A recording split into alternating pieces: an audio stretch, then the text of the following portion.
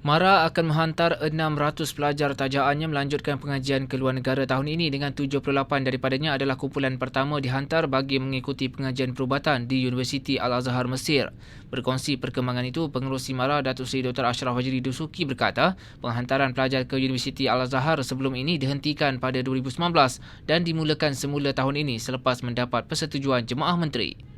Ini adalah kumpulan pertama yang kita hantar melalui program perubatan yang mendapat persetujuan daripada Jemaah Menteri.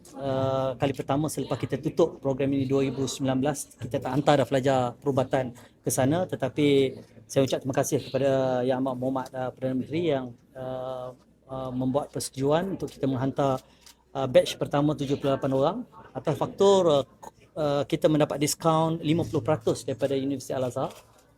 Kos untuk kita hantar perubatan ke Universiti Al-Azhar hanya keseluruhan kos kita termasuk penginapan dan sebagainya sepanjang 5 tahun di sana adalah sebanyak 350.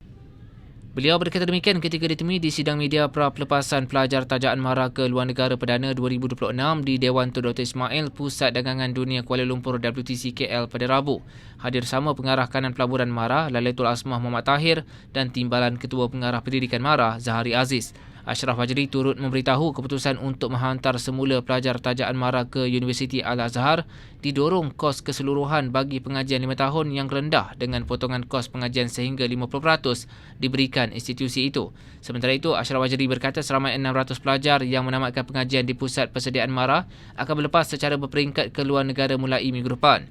Beliau berkata mereka terdiri daripada pelajar Kolej MARA Seremban, Negeri Sembilan, Kolej MARA Banting Selangor dan Kolej MARA Kuala Nerang Kedah yang akan melanjutkan pengajian di 9 negara termasuk New Zealand, Kanada, Australia, Korea Selatan, United Kingdom dan Mesir.